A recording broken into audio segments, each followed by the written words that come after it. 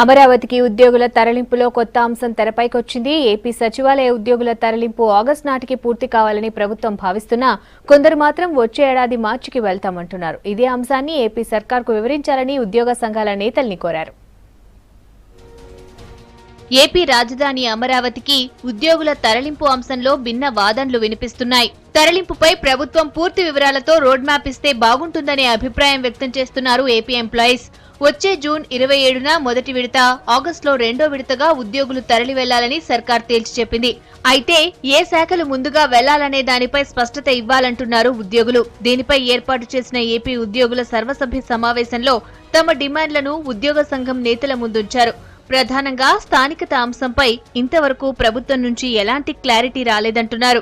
రాబోయే 16-17 తారీఖుల్లో ఒక మీటింగ్ డైరెక్ట్గా సీఎం ఆఫీసులోనే పెట్టి విజయవాడలో అక్కడే సీఎం గారి దగ్గర ఉన్న ప్రస్తుతం జరిగిన సమస్యలు, ఇంత ముందర రాబోయే వాటి పరిష్కారం ఇవన్నీ కూడా సీఎం గారితో మాట్లాడి ఆ తర్వాత 2-3 రోజుల్లో రోడ్డు మ్యాప్ ఇస్తామని చెప్పడం జరిగింది. దానికి అనుగుణంగా ఈరోజు సమావేశం నిర్వహించి మా ఎంప్లాయీస్ అందరూ కూడా కొంతమంది ఇంకా బిల్డింగ్స్ ఆడ కాలేదు, ఇంకా అవుతాయా, వెళ్తామా వెళ్ళలేమా, ఇల్లు చూసుకోవాలా వద్దా అనే విధంగా కొంచెం ఘర్షణలో ఉన్నారు. అందుకని వాళ్ళందరికీ కూడా మంత్రి గారు చెప్పిన ప్రకారం 27కి 70% సెక్రటేరియట్ ఎంప్లాయీస్ తప్పనిసరిగా అక్కడ షిఫ్ట్ అవుతారు.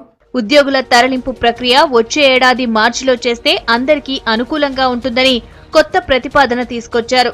జూన్ 27న తరలింపు చేస్తే రాజధాని ప్రాంతమైన విజయవాడలో విద్యా సంస్థలు ప్రారంభమవడంతో తమ పిల్లల అడ్మిషన్లకు ఇబ్బందులు వస్తాయంటున్నారు.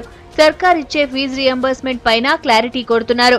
రాజధాని ప్రాంతంలో అద్దె ఇళ్లు, విద్యాలయాల వివరాలు తెలిపేందుకు సిఆర్డీఏ నుంచి ఒక లైజనింగ్ ఆఫీసర్ను ఏర్పాటు చేయాలని కోరుతున్నారు. ఈ రోజు ఎంప్లాయీస్ యొక్క భయం ఏంటంటే 3వ తేదీకి స్కూల్ స్టార్ట్ అవుతున్నాయి, 12వ తేదీకేమో కాలేజీలు స్టార్ట్ అవుతున్నాయి, మరి 27వ తారీఖు అంటున్నారు. మరి మేము జూన్ 1 నుంచి వెళ్ళి అడ్వాన్సెస్ వస్తే మళ్ళీ మేము అక్కడి నుంచి ఇటు తిరగాల ఏంది, మనం ఫస్ట్ నుంచి కూడా మేము అడుగుతుంది ఈ అకాడమిక్ కొంచెం ప్రాబ్లం వస్తుందని.